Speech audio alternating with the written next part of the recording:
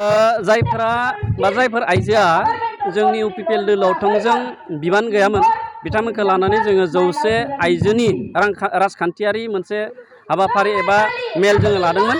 नाथाय बेयाव 100 नङा रोजा रोजा आइजोफ्रा बाहाय बाहागो लाफैदों आरो बिनि जाहोनानो जाहैबाय बिटिआरआव प्रमद बर'आ दैदेननाय सरकार जोंनि UPPL BJP आरो GSP नि बेखौ रायजोफ्रा गोजोनदों आरो गोजोननानै गाव गावनो खुसि जानानै बहाय दिनै बाहागो लाफैदों।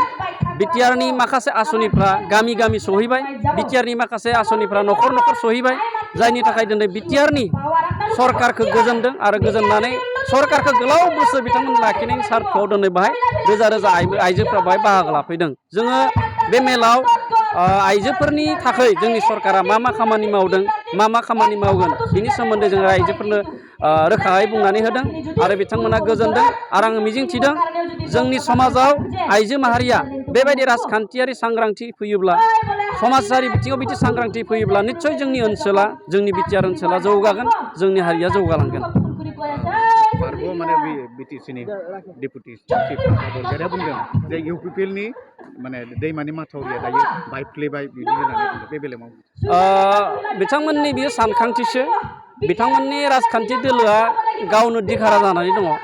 दिनै जेनेरेल सेक्रेटारियानो बिथांमोना खैबार खारो, खैबार सोलायो, बे मोनसे बिथांमोननि साननाय आरो बिथांमोना साननानै जोंनि UPPL नि खोथाखौ हयथ' बिदि बुंनो हागौ।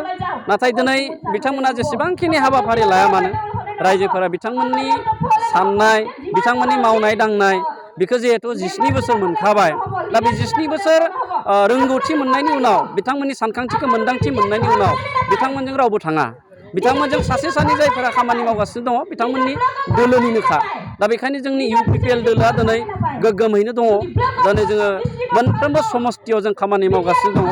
जोंनि मोनफ्रोमबो समस्थिनि जोंनि UPPL दोलोनि दैदेनगिरिफ्राबो जोंनि दोलोखौ गोख्रों खालामनो थाखाय सरकारनि माखासे आसनिखौ मोजाङै रायजोफोरनो मोनहोनायनि थांखिजों खामानि मावगासिनो दङ।